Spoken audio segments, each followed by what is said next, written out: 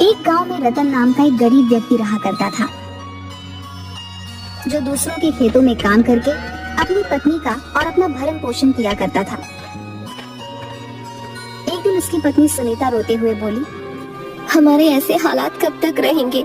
पूरे गांव में सिर्फ हमारा ही घर ऐसा है जहाँ पर महीने में सिर्फ 15 दिन ही चूल्हा जलता है और बाकी के दिन भूखा सोना पड़ता है। चिंता मत करो सुनीता, तुम तो जानती हो कि मैं दिन रात दूसरों के खेतों में कितनी जी तोड़ मेहनत करता रहता हूँ।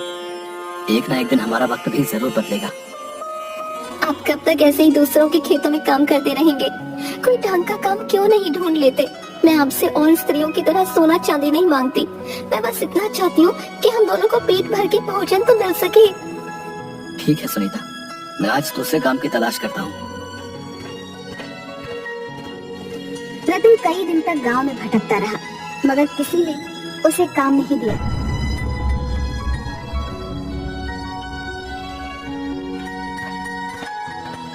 थक हार कर रतन गांव के मुखिया के पास पहुंच गया। मुखिया थोड़ा सा भला व्यक्ति था। रतन, मैंने तुम्हें दूसरों के खेतों में बड़ी मेहनत से काम करते हुए देखा है? मुझे तुम्हारे ही जैसा मेहनती व्यक्ति चाहिए भाई। समझ लो कि तुम्हारे अब बुरे दिन खत्म हुए। आज से तुम मेरे भट्ठों में काम करोगे, ठीक है? एक दिन रतन काम करते करते थक गया। उसे बहुत तेज भूख लग रही थी। रतन ने जगन के भोजनालय का काफी नाम सुन रखा था।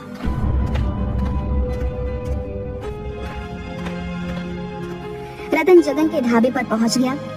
भैया, जल्दी से गर्मा गर्म अरहर की दाल देसी घी की रोटियों के साथ लगा दो और थोड़े से चावल भी लगा देना। बहुत जोरों की भूख लगी है भैया। अरे, दाल में तो बहुत अच्छी अच्छी खुशबू आ रही है और साथ में देसी घी की रोटियां भी हैं। आज तो खाकर मजा ही आ जाएगा। कुछ ही देर में रतन सारी प्लेट साफ कर गया और कालू से बोला, अब कितने पैसे हुए भैया? आपने अरहर की दाल, देसी घी की रोटियां और चावल खाए हैं। कुल मिलाकर आपके पैसे हुए 1000 रुपए। क्या क्या बकवास कर रहे हो तुम? बकवास नहीं कर रहा हूँ, खाने के पैसे मांग रहा हूँ। अरे ये ढाबा है या 5 स्टार होटल? इतना महंगा तो खाना शहर के रेस्टोरेंट में भी नहीं मिलता। मैं तो समझ रहा था कि इस ढाबे में खाना और ढाबे की तरह मिलता होगा। और वैसे भी दाल रोटी चावल की कीमत तो ज्यादा से ज्यादा 100 रुपए होगी। हर ढाबे पर तो यही रेट चल रहा है। तो तुम्हारा दिमाग तो ठीक है? जानते भी हो ये ढाबा किसी अरे गहरे का नहीं है, जगन भाई का है, जगन भाई का। अरे जगन भाई के ढाबे का खाना खाने तो विधायक से लेकर मंत्री तक आते रहते हैं। और जब तुम्हारी इस ढाबे में आने की औकात नहीं थी तो फिर यहाँ मुंह उठा कर क्यों चले आए? सीधी तरह से 1000 रुपए थे। लेकिन मेरे पास इतने पैसे नहीं है। 1000 रुपए तो मैं 10 दिन में भी नहीं कमा पाता, तो तुम्हें कहाँ से ला कर दूंगा? कालू अपने मालिक जगन को आवाज देते हुए बोला, जगन भाई, इस व्यक्ति ने पेट भर के भोजन किया है, लेकिन ये अब पैसे नहीं दे रहा। जगन क्रोधित होकर रतन के पास आकर बोला, क्यों रे? जब जेब में पैसे नहीं थे तो फिर खाने के लिए यहाँ क्यों आ गया? यहाँ मुफ्त में खाना नहीं मिलता, पैसों का मिलता है। चल पैसे निकाल। मुझे क्या पता था कि आपके ढाबे का खाना इतना महंगा मिलता है। मैं तो इस ढाबे को भी और ढाबों की तरह समझ रहा था। तो ये तुम्हारी दिक्कत है, मेरी नहीं। तुम्हें यहाँ आने से पहले मेरे बारे में लोगों से पूछ लेना चाहिए था। अब सीधी तरह से अपनी जेब से 1000 रुपए निकाल कर काउंटर पर रख दे, नहीं तो मैं तुम्हारी चमड़ी उधेड़ दूंगा। देखिए, मेरे पास अभी इतने पैसे नहीं है। आप ये 100 रुपए रख लीजिए और मुझे कुछ दिन की मोहलत दे दीजिए। मैं धीरे धीरे करके आपके सारे पैसे चुका दूंगा। अबे यहाँ मैं लोन बांटने के लिए नहीं बैठा। इतना कहकर जगन ने रतन को जोरदार धक्का दे दिया। ये तो आप मेरी बेइज्जती कर रहे हैं। अबे बेइज्जती उसकी की जाती है जिसकी कोई इज्जत होती है, और तेरे जैसे भिखारियों की इज्जत तो होनी भी नहीं चाहिए, समझा? क्या बात है जगन भाई, मैं तो तुम्हारे ढाबे का खाना खाने के लिए आया था, मगर यहाँ तो कुछ और ही चल रहा है। इस आदमी ने पेट भरकर खाना खाया, पैसे देने के नाम पर बोल रहा है कि इसकी जेब में पैसे नहीं है। ऐसे आदमियों से बात नहीं की जाती जगन भाई, इन्हें पीटा जाता है। देखते क्या हो, मारो इसको। जगन और कालू रतन को बुरी तरीके से पीटने लगते हैं। उन दोनों ने रतन के कपड़े भी फाड़ दिए और उसे धक्के देकर अपने ढाबे से बाहर निकाल दिया।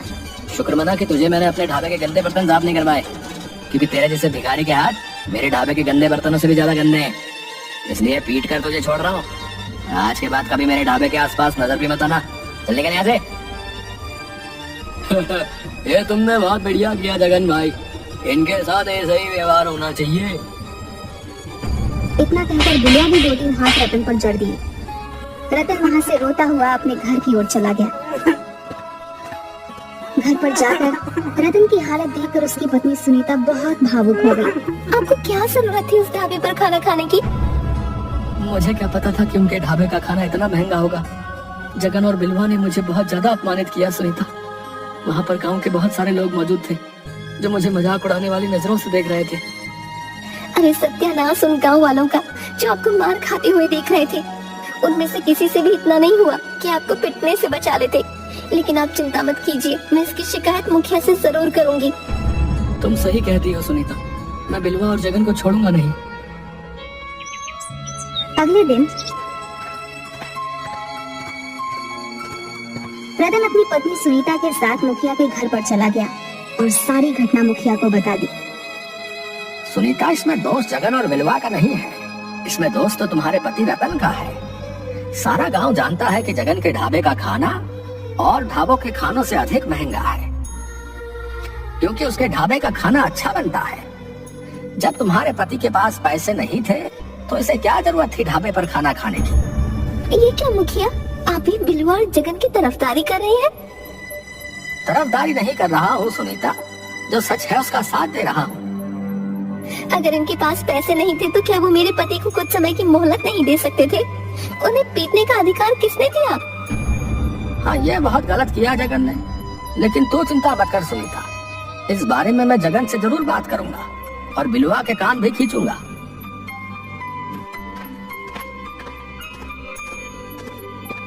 मुझे नहीं लगता कि मुखिया कुछ करेगा। साफ साफ दिखाई दे रहा था सुनीता कि मुखिया बिलवा और जगन के पक्ष में बोल रहा था, लेकिन मैं अपने अपमान का बदला जरूर लूंगा सुनीता, मैं चुप नहीं बैठूंगा। तो आप क्या करेंगे? आप अच्छी तरह से जानते हैं कि जगन धनवान है और उसके गांव में अच्छी जान पहचान भी है, और आपकी पहचान गांव में सिर्फ एक मजदूर की है। अरे हम दोनों के पास तो खुद की खेती भी नहीं है, हम दोनों तो खुद दूसरों के खेतों पर काम करके अपना पेट पालते हैं। जो भी हो सुनीता, अब मैं गरीब हूँ तो इसका मतलब ये नहीं कि मैं चुप हो जाऊँ। आज अगर मैं चुप हो गया और मैंने कुछ नहीं किया तो गरीबों के मुंह पर एक तमाचा होगा। मैं बिलवा और जगन को दिखा दूंगा कि अगर गरीब अपनी पर आ जाए तो क्या नहीं कर सकता। इतना कहकर रतन क्रोधित होकर घर से निकल गया। इधर मुखिया जगन के ढाबे पर पहुंचकर बोला, तुम्हारी बड़ी शिकायतें आ रही हैं जगन। किसकी इतनी मजाल जो मेरी शिकायत आपसे करे? कल तुमने रतन को बुरी तरह से पीटा था ना, वो अपनी पत्नी सुनीता के साथ तुम्हारी शिकायत लेकर आया था मेरे पास। अरे तो उसने पिटने वाले काम भी किए थे मुखिया जी। आप ही बताइए, मेरे ढाबे पर आकर अरहर की दाल देसी घी की रोटियां तो बड़े चाव से खाई, और जब पैसे देने का नंबर आया तो अंगूठा दिखाने लगा। जो भी हो जगन, लेकिन तुम्हें उसे पीटना नहीं चाहिए था। और तुम्हारे ढाबे पर सिर्फ रतन ही नहीं बल्कि और भी न जाने कितने लोग आए दिन पिट कर जाते हैं। तुम्हारा ये दुर्व्यवहार कहीं किसी दिन तुम्हारे ऊपर भारी ना पड़ जाए। आपके होते हुए मेरे दोस्त जगन पर कोई माई का लाल हाथ लगाने की हिम्मत करेगा मुखिया जी? और फिर मत भूलिए कि जगन का दोस्त मैं भी हूँ। मेरे होते हुए गांव में किसकी हिम्मत जो जगन के खिलाफ आवाज उठा सके? इसी बात का तो डर है बिलवा कि तुम जगन के दोस्त हो। अब ये सब बातें छोड़िए मुखिया जी, मैं आपको अपने ढाबे पर मुफ्त खाना इसलिए नहीं खिलाता कि आप गांव वालों की शिकायत लेकर मेरे ही पास आए। देखो जगन, मैं तुम्हें सिर्फ समझाने आया हूँ। तुम क्यों नहीं समझते कि आज का दौर सोशल मीडिया का दौर है? कहीं किसी दिन किसी ने तुम्हारे गरीबों के साथ दुर्व्यवहार का वीडियो बनाकर फेसबुक पर अपलोड कर दिया तो लेने के देने पड़ जाएंगे, फिर मैं भी कुछ नहीं कर पाऊंगा। इतना कहकर मुखिया वहां से चला गया। सुनीता रात को अपने पति का इंतजार कर रही थी। आधी रात होने को आई थी मगर रतन अपने घर नहीं आया था। रतन रात में जंगल के एक पेड़ के नीचे गहरी सोच में बैठा हुआ था कि तभी उसके कानों में एक व्यक्ति की आवाज टकराई। काफी देर हो गई है तुम्हें यहाँ पर बैठे हुए। पिछले 6 घंटे से देख रहा हूँ कि तुम इसी पेड़ के नीचे गहरी सोच में बैठे हुए हो। कौन है आप और इतनी रात को इस जंगल में क्या कर रहे हैं? ये सवाल तो मुझे तुमसे करना चाहिए कि कौन हो तुम और इतनी रात में इस जंगल में क्या कर रहे हो? मैं आपकी बात का मतलब नहीं समझा। मतलब बाद में समझना। तुम्हारा चेहरा देखकर साफ साफ मालूम पड़ रहा है कि तुमने सुबह से कुछ नहीं खाया। तुम बहुत भूखे हो। इतना कहकर उस नौजवान ने एक थाली रतन के सामने रख दी। रतन ने देखा कि उस थाली में सब उसकी ही पसंद के व्यंजन रखे हुए थे। सोचो मत, खाना शुरू कर दो। रतन को सच में वाकई बहुत भूख लगी थी। रतन खाने ही वाला था कि तभी उसे कुछ याद आ गया। नहीं चाहिए भाई, मैं घर पर जाकर अपनी पत्नी के हाथ का बना हुआ ही खाना खाऊंगा। मुझे अच्छा खाना खाने का कोई अधिकार नहीं। ये कैसी बातें कर रहे हो तुम? मैं तुम्हारा ये खाना खाऊंगा, तुम मुझसे पैसे मांगोगे और वो मेरे पास तुम्हें देने के लिए नहीं है। नहीं भाई, मुझे तुमसे कोई पैसे नहीं चाहिए। तुम पहले आराम से खाना खाओ और फिर मुझे बताओ कि तुम किस गहरी सोच में डूबे हुए थे। हो सकता है कि मैं तुम्हारी कोई मदद कर सकूं।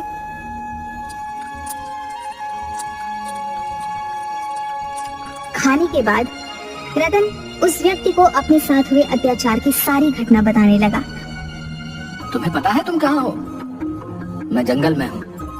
नहीं, तुम जंगल के अंदर उस भूतिया जंगल में हो जिसे भूतिया जंगल के नाम से बुलाया जाता है, जहाँ पर लोग दिन तक में आने से डरते हैं भाई। उस व्यक्ति की बात सुनकर रतन के चेहरे पर डर झलकने लगा। अचानक उसे याद आया कि वह गुस्से में इतनी दूर पैदल चलता हुआ यहाँ तक आ गया था कि उसे अब याद भी नहीं रहा कि वह जंगल के अंदर भूतिया जंगल में पहुंच चुका था। डरो मत, हम कोई भूत प्रेत पिशाच नहीं है। हम साधुओं की संतान हैं। इस जंगल में सिर्फ साधु और उनके परिवार ही रहते हैं। हम लोग बाहर की दुनिया से ज्यादा ताल्लुक नहीं रखते, क्योंकि हमारा सारा ध्यान ईश्वर की तरफ ही होता है। तुम्हारी बात सुनकर मुझे बहुत बुरा लगा। तुम बताओ, तुम क्या चाहते हो? मैं एक ऐसा ढाबा खोलना चाहता हूँ जहाँ पर हर गरीब सिर्फ 10 रुपए देकर अपना मनपसंद भोजन कर सके और उसके साथ अपमानजनक व्यवहार ना किया जाए। तुम्हारे इरादे के बारे में जानकर मुझे बहुत अच्छा लगा, वरना इस जंगल में इससे पहले भी कई लोग आए और अपने लालचीपने का सबूत देकर मारे गए, लेकिन तुम पहले व्यक्ति हो जिसे गरीब की भूख की चिंता है। इतना कहकर उस व्यक्ति ने अपना हाथ जैसे ही घुमाया, उसके हाथ में एक बड़ी सी थाली आ गई। उसने वो थाली रतन को पकड़ा दी। ये जादुई थाली है, याद रखना। इस बारे में सिर्फ तुम अपनी पत्नी को बता सकते हो और किसी को नहीं। इस थाली के सामने खड़े होकर तुम जिस भोजन का नाम लोगे, वो भोजन स्वयं अपने आप इस थाली में आ जाएगा। मगर याद रखना, जिस दिन तुमने 10 रुपए से ज्यादा ग्राहकों से वसूले, उस दिन इस थाली का जादू समाप्त हो जाएगा। रतन रात के समय बड़ी सी थाली लेकर अपने घर आ गया।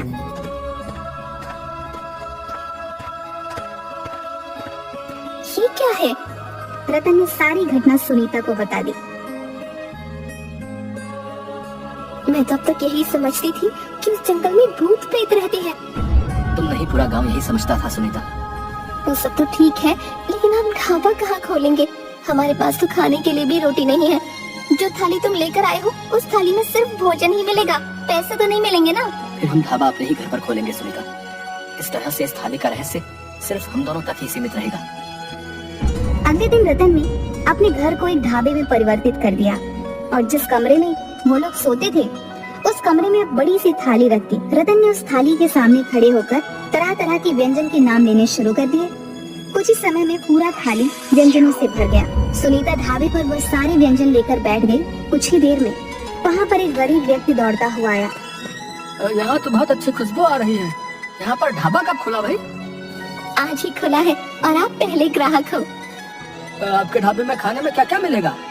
हमारे ढाबे में हर तरह के व्यंजन बनेंगे, आपको जो भी व्यंजन पसंद हो। ठीक है भैया, तो मुझे एक प्लेट दाल मखनी और मक्खन के साथ लगी हुई रोटियां लगा दीजिए। रतन ने वह व्यंजन उस व्यक्ति के सामने रख दिया। दाल मखनी खाकर वह व्यक्ति बहुत खुश हो गया। भाई वाह, मजा आ गया। दाल मखनी तो बहुत से ढाबों पर खाई, लेकिन इस ढाबे की तो बात ही कुछ अलग है। कितने पैसे हुए? 10 रुपए। क्या सिर्फ 10 रुपए? हाँ, सिर्फ 10 रुपए। और तुम्हें और तुम्हारे परिवार का जब भी खाने का मन करे, चले आना। यहाँ पर 10 रुपए में आपका मनपसंद व्यंजन भोजन पेट भरकर एक थाली के रूप में मिलेगा। और हो सके तो अपने उन गरीब भाइयों को भी यहाँ पर लेकर आना जिन्हें अच्छा भोजन नहीं मिल पाता। रतन की बात सुनकर वह व्यक्ति खुश होता हुआ वहाँ से चला गया और उसने सारे गांव में रतन के ढाबे का ढिंढोरा पीट दिया। कुछ ही दिनों में रतन के ढाबे पर गांव वालों की भीड़ लगने लगी। रतन के ढाबे पर अब गरीब ही नहीं, बल्कि अब गांव का हर व्यक्ति जाकर भोजन करने लगा। रतन किसी को भी मना नहीं करता था। यह बात बिलवा और जगन को बिल्कुल भी पसंद नहीं आई। इस रतन का कुछ ना कुछ करना पड़ेगा, वरना हमारे ढाबे में तो ताले लग जाएंगे। चिंता मत करो बिलवा, मैं आज ही पता लगाने का प्रयास करता हूँ कि रतन इतना धन लाया कहाँ से। उस दिन के बाद से जगन रतन पर नजर रखने लगा, मगर काफी नजर रखने के बाद भी वह कुछ भी नहीं पता लगा पाया। 15 दिन से उसके पीछे हूँ बिलवा, लेकिन कुछ भी पता नहीं चला। चिंता मत कर, अब ये रतन खुद हमें बताएगा। एक दिन रतन किसी काम से जा रहा था कि बिलवा और जगन ने उसे पकड़ लिया। तो तू हमारा ढाबा बंद करवाएगा? जो थाली हम 700 की बेचते हैं तू सिर्फ 10 रुपए में बेचेगा? अबे बिलवा भैया सही बोल रहे हैं, रतन सीधी तरह से बता दे कि तेरे पास इतना धन कहाँ से आया। मुझे छोड़ दो, नहीं तो मैं तुम दोनों की शिकायत पुलिस वालों से करूंगा। ये ऐसे नहीं मानेगा, मार मार कर इसकी चमड़ी उधेड़ दो। बिलवा और जगन रतन को बुरी तरीके से पीटने लगे। रतन उन दोनों से शारीरिक रूप से कमजोर था। रतन ने दर्द से कराहते हुए सारी घटना बिलवा और जगन को बता दी। चलो हमें भी उस जादुई थाली के पास ले चल। ये तो बिल्कुल बेवकूफ है जगन, अगर इसके पास जादू की थाली है तो हम दोनों उस जादुई थाली से इतना धन मांगेंगे कि अपने 5 स्टार होटल इस गांव में खोल सके।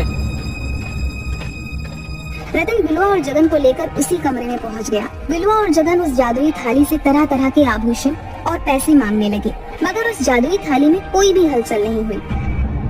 बिलवा भाई लगता है ये थाली केवल भोजन ही देती है। तो फिर देसी घी की पूड़ियाँ मांग कर देखो। तभी वहाँ पर सुनीता आ गई। बिलवा और जगन रतन को धमकी देकर वहाँ से चले गए। रतन ने हमें बेवकूफ बनाया जगन। सही कहते हो बिलवा भाई, लगता है उसने हमें चूना लगा दिया। रतन का ढाबा उसके बाद भी चल रहा था। बिलवा और जगन की आर्थिक स्थिति अब दिन ब दिन कमजोर होती जा रही थी। जगन भेष बदल बदल कर रतन पर नजर रखने लगा था और एक दिन उसने रतन को उसी जादुई थाली से भोजन मांगते देख लिया।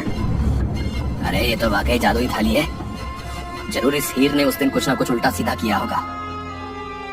जगन रतन और सुनीता से नजर बचाकर उस गुप्त कमरे में घुस गया और थाली से रतन की ही तरह भोजन मांगने लगा, मगर उसे जादुई थाली में से कुछ भी हासिल नहीं हुआ। जगन क्रोधित होकर सीधे बिलवा के पास जाकर बोला, बिलवा भाई रतन उस दिन सही बोल रहा था, वो थाली वाकई जादुई है। मेरी आंखों के सामने रतन ने उस जादुई थाली के सामने तरह तरह के व्यंजन के नाम लिए और उस थाली में वो ताजा ताजा व्यंजन अपने आप आ गए। क्या बकवास कर रहा है तू? उस दिन तो उस जादुई थाली में कोई भी हलचल नहीं हुई थी। इसी बात को लेकर तो मैं हैरान हूँ। मुझे लगता है कि वो जादुई थाली सिर्फ रतन की ही बात मानती है। ठीक है, अगर ऐसी बात है तो हम उस जादुई थाली में जहर मिला देंगे। ना रहेगा बांस, ना बजेगी बांसुरी। अगले दिन वो दोनों भेष बदल कर रतन के ढाबे पर पहुंच गए, मगर तभी गांव का मुखिया पुलिस लेकर आ गया। गिरफ्तार कर लो इन दोनों को। हमें किस जुर्म में गिरफ्तार किया है? क्योंकि तुम दोनों रतन के ढाबे के ग्राहकों की प्लेट में जहर मिला रहे थे। मैं तुम दोनों से ही मिलने आ रहा था। मैंने तुम्हारी बातें चुपके से सुन ली थी, नहीं तो आज तुम दोनों अनर्थ कर बैठते। तुमने बहुत अच्छा काम किया मुखिया। मुझे माफ कर दो रतन, मुझे अपनी गलती का पछतावा है। क्या मुझे तुम्हारे ढाबे पर कुछ खाने को मिलेगा? क्यों नहीं मुखिया जी, आप हमारे गांव के मुखिया हैं। आपके लिए तो मैं स्पेशल थाली बनवाऊंगा, मगर सिर्फ 10 रुपए में। रतन के पास आज भी वह जादुई थाली है और आज भी रतन 10 रुपए की ही थाली बेचता है।